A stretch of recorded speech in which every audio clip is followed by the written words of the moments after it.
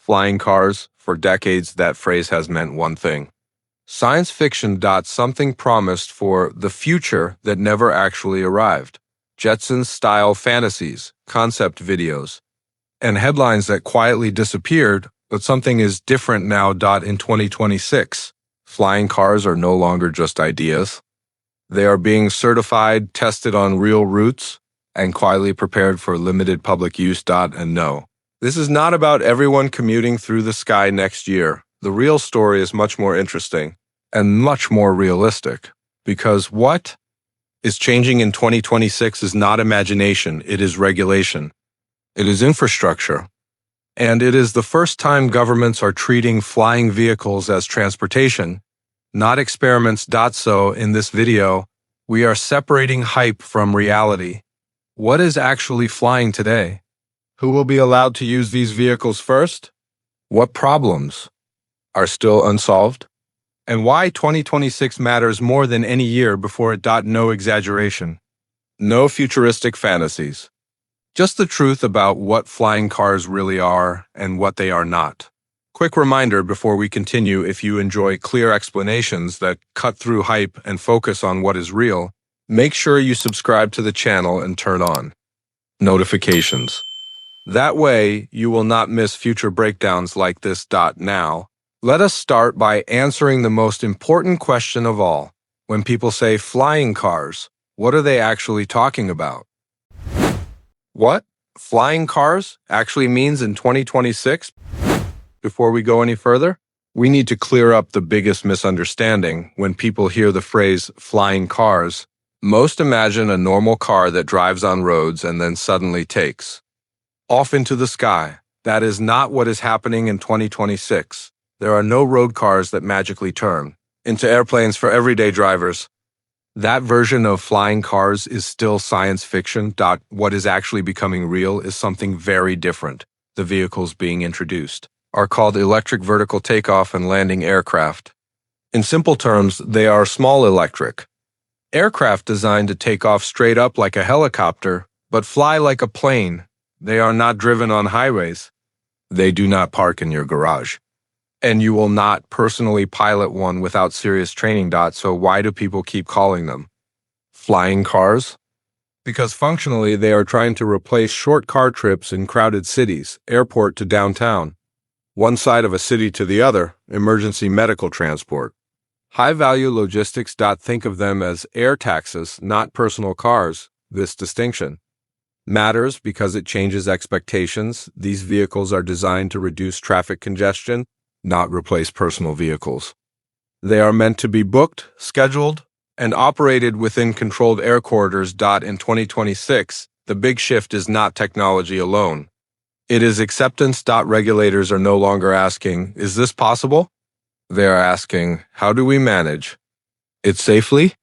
That is why certification frameworks, pilot training rules, and designated landing zones are being finalized right now. So, when you see headlines saying flying cars are finally real, what they really mean is this. Urban air mobility is moving out of the prototype phase and into limited, regulated service. Not for everyone, not everywhere, and not all at once. Understanding this difference is critical because it separates realistic progress from exaggerated hype. Now that we know what flying cars actually are, we can talk about why 2026 is such a turning point. Because the biggest change is not in the sky. It is on the ground. 2026 is the year everything changes. For years, flying vehicle technology moved faster than the rules that governed it. That imbalance kept everything stuck in limbo. The technology existed, the prototypes flew, but without regulation, nothing could scale. That is what changes in 2026 for the first time. Aviation regulators are finalizing clear pathways for electric vertical takeoff and landing aircraft to operate commercially. In the United States, the Federal Aviation Administration has been working through a structured certification process that treats these aircraft as a new category, not experimental toys.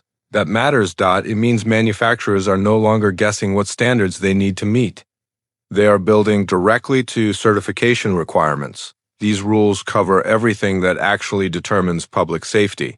Aircraft design, redundancy systems, battery safety, noise limits, pilot training, maintenance schedules. In Europe, the European Union Aviation Safety Agency is moving in parallel, aligning certification frameworks so that vehicles approved in one region can eventually operate in another. This regulatory alignment is critical. Without it, flying vehicles would remain local curiosities.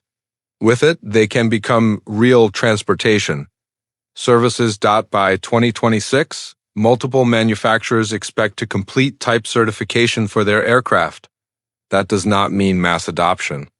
It means legal permission to operate paying passenger flights under strict conditions. And that is a massive shift because once certification exists, everything else can follow: insurance, city partnerships, infrastructure investment, public trust. It also explains why progress suddenly feels fast. The technology did not suddenly appear. The rules finally caught up, but regulation alone does not put aircraft into daily use. You also need places to land, routes to fly, and systems to manage air traffic safely. That brings us to the next critical piece of the puzzle. Infrastructure. Because flying vehicles are not limited by gravity anymore. They are limited by cities. Whoa. Cities matter more than the aircraft. Even with certified aircraft, flying vehicles do not work without the right ground infrastructure. This is where many past flying car promises failed. They focused on the aircraft and ignored the city. In 2026, the real progress is happening at the city level. Flying vehicles need dedicated takeoff and landing zones called vertiports. These are not airports. They are compact, controlled pads designed for short, frequent flights. Vertiports can be built on rooftops, near hospitals, next to transit hubs, or on unused urban land, but they must meet strict safety, noise, and access standards. Cities are now actively planning where these vertiports can exist without disrupting daily life. Noise is one of the biggest constraints. Modern electric vertical takeoff aircraft are far quieter than helicopters, but they are not silent. That means flight paths are being designed to avoid dense residential areas whenever possible. Air corridors will guide where these vehicles can fly. Think of them as invisible lanes in the sky. These corridors limit altitude, direction, and timing so flying vehicles do not interfere with traditional aircraft or each other.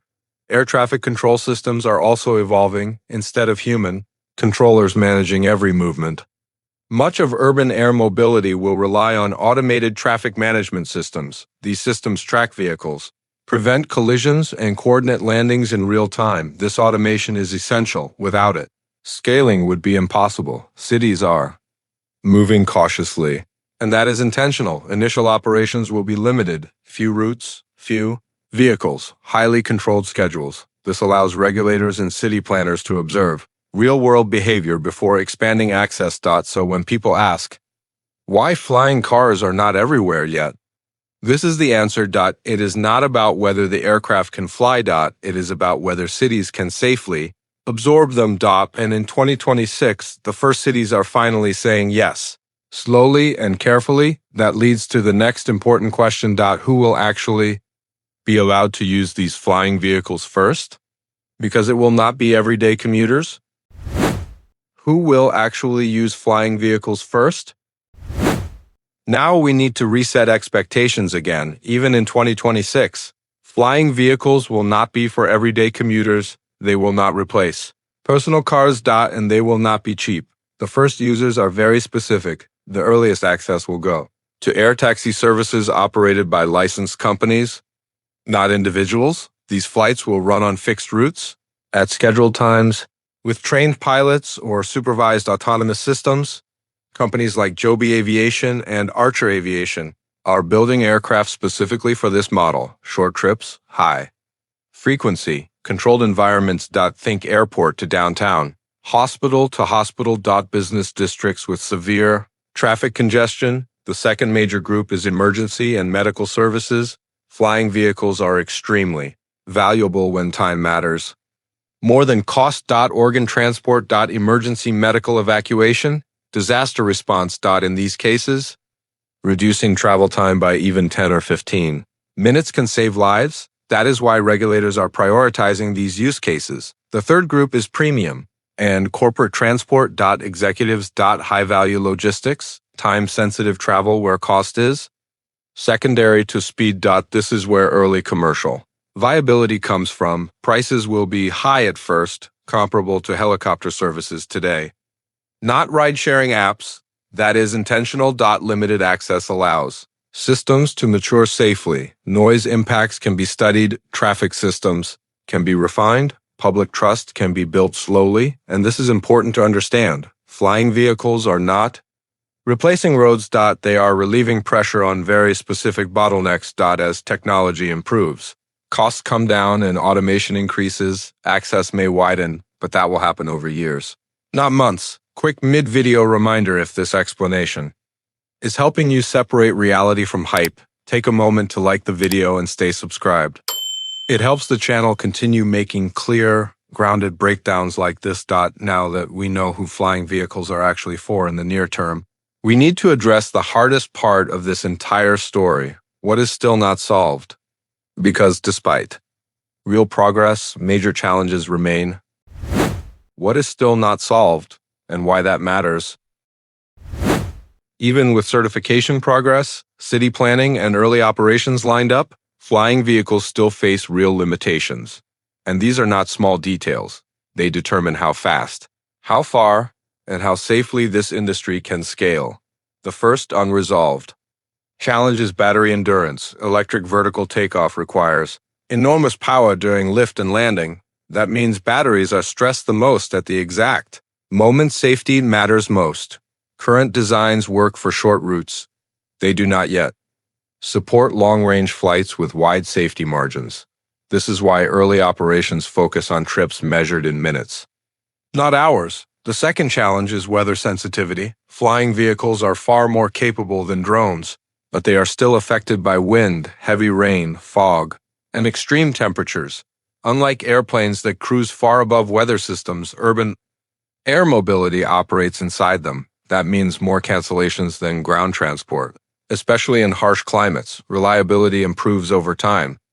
But weather will always be a constraint. The third challenge is air. Traffic complexity. Low altitude urban airspace is crowded. Helicopters. Emergency flights. Drones. Nearby airports. Managing this safely requires automation that has to work perfectly. Every time, one software failure does not mean a late ride. It means grounded fleets.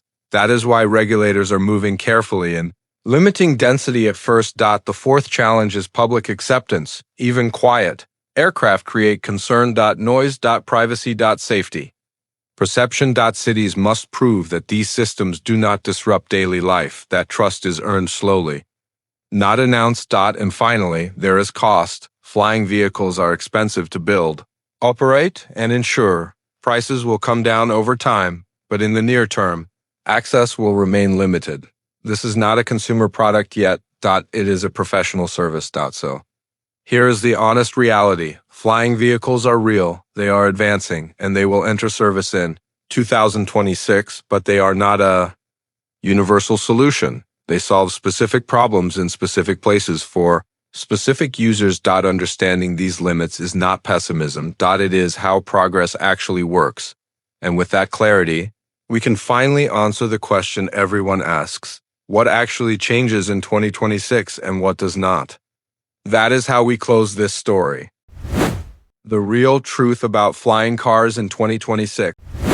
So after all the hype, all the headlines, and all the futuristic promises, here is the honest truth. Flying cars are not arriving in 2026, but flying transportation is. What changes in 2026 is not how people live day to day.